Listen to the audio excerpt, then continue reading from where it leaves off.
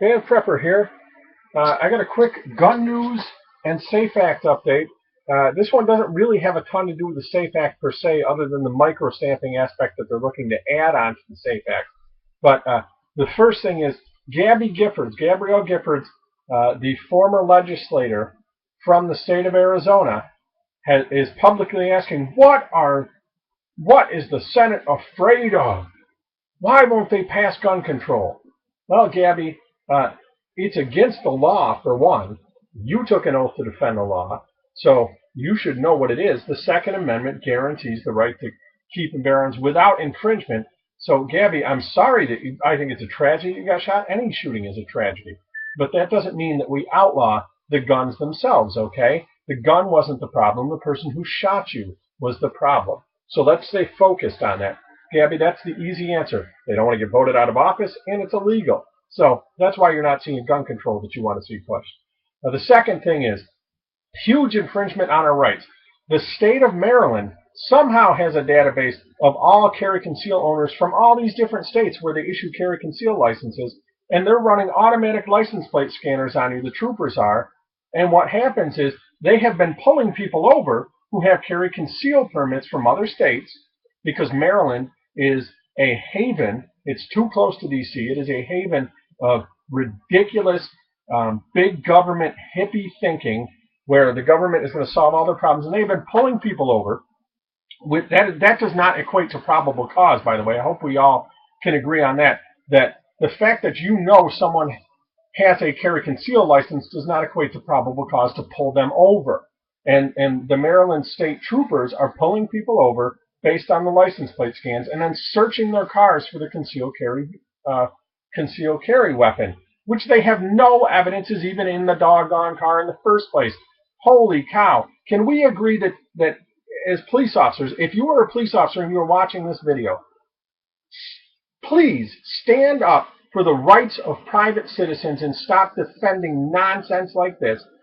Put a comment on my page. I am begging you to comment on this video and agree with me that you need probable cause. And probable cause does not mean the person is a jerk.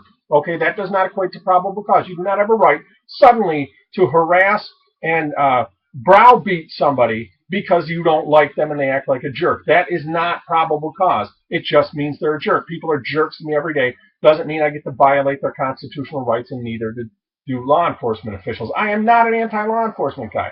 I am just fed up with nonsense like this.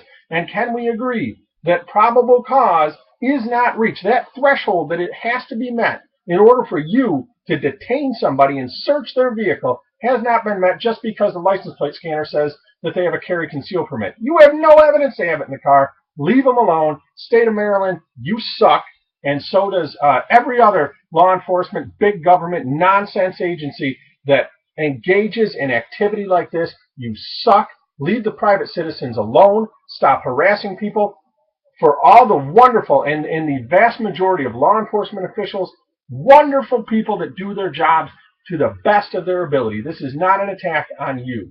This is an attack on every attempt to government overreach. And just because somebody comes and tells you this is perfectly legal doesn't make it legal. Stop following the nonsensical rules that are put down by the fools that don't know what the Constitution says. Read it for yourself.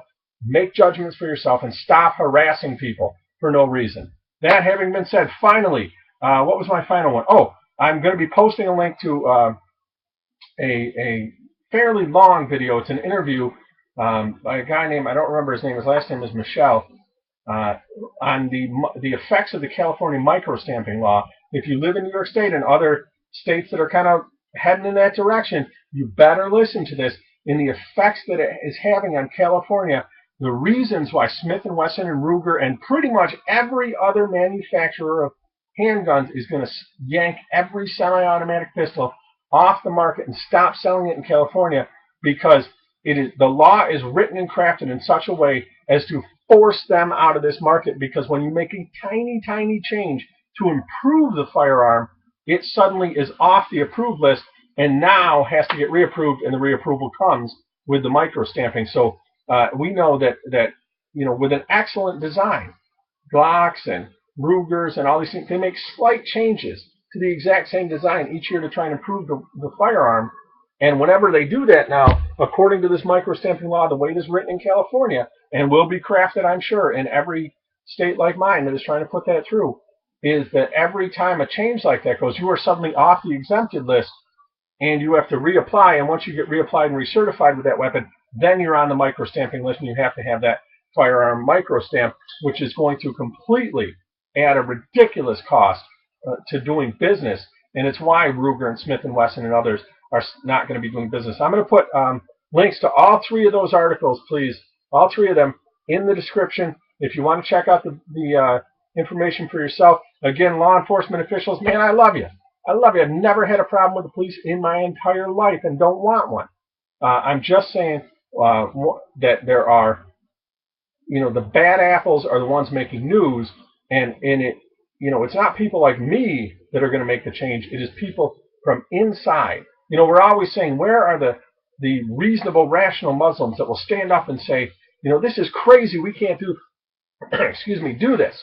Well, we need all you good officers of the law, all you who are not harassing people, who don't go for this nonsense, who are not engaged in this type of activity, to stand up and say, you know what, that's wrong. And it's wrong when you do it, whether you're a police officer or not. You cannot do that, and we are not going to support you when you do things like that. That doesn't mean you've sold out your brother in arms. It is not a us versus them, okay? It is not me versus you. We are all citizens of the United States of America pursuing the same goal, okay? I am not your enemy, and you are not mine. And until we can get out of that mentality of it's an us versus them mentality, things are not going anywhere in any type of relationship, whether it's citizens and police officers, military and non-military, whatever it is, Muslims and Christians. Until we get out of this you are my enemy idea, you are going to struggle to get on any kind of terms where you can have communication and effectively resolve your differences. Love you guys. Love everybody who's watching this video. Thank you. Thanks for watching. Like, subscribe, share. I'm Van Prepper. Happy shooting, guys.